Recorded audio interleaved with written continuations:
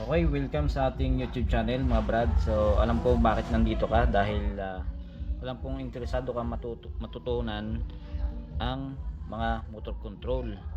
Dahil nga naman ay napakahalaga nito lalong lalo sa ating mga trabaho.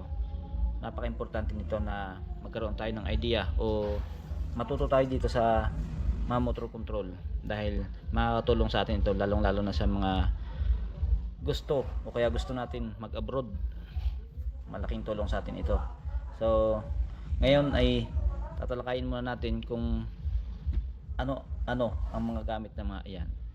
So dito sa ating motor control tutorial board ay mapapansin nyo meron tayong iba't ibang kulay na bilog dito. So bali madalas unang-una bilang electrician ay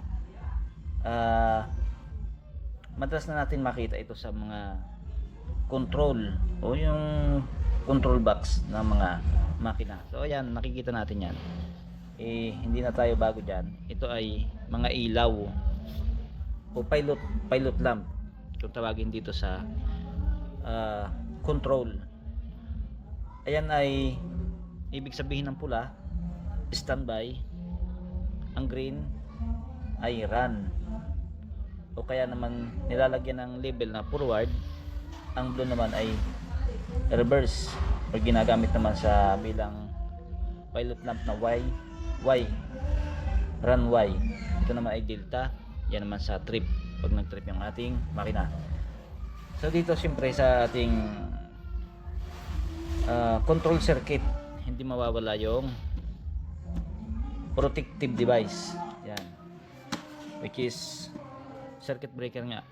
So ito yung mga magnetic switches o kontaktor, yan, kilala sa tawag na kontaktor. Ito naman yung siyempre ating timer, at ito naman yung ating floatless relay para sa kung gusto natin maging automatic ng ating water pump. Ayan, ginagamit yan para hindi na natin manual na ipipindot, kundi kukusa na lang na paganahin ng ating floatless relay or automatic na.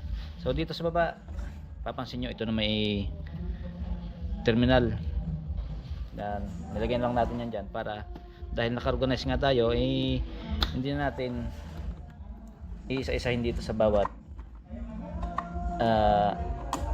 device natin. Yan, nilabas ko na siya dito dahil naka-organize nga siya. So ito naman yung reset.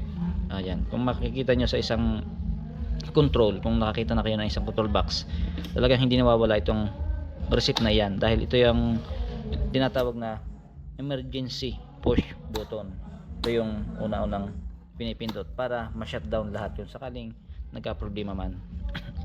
Ito naman selector switch. Ito ay ginagamit niya sa kung gusto mo siyang i-switch sa automatic. Yung iba nilalagay dito yung automatic, yung iba dito naman, dito yung hand, dito yung automatic.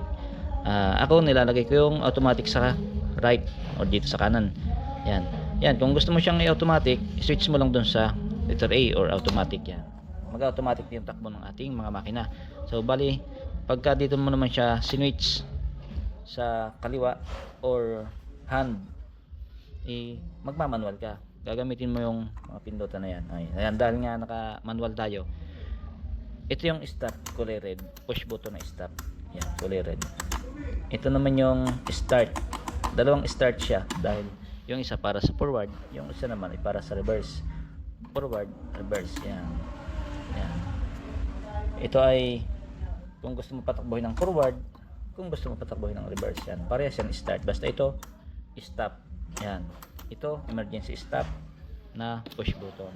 Yan, hindi pala siya push button, kumbaga momentary switch din siya, kaso emergency stop ang talagang tawag dyan. So ayan, sa sunod na video ay ituturo ko naman sa inyo kung paano i-wiring ang mga ito para gumana. So gagawin ulit natin ng panibagong video yan. So maraming salamat mga brother kung napanood man ninyo itong ating unang ginawang video dito sa ating tutorial.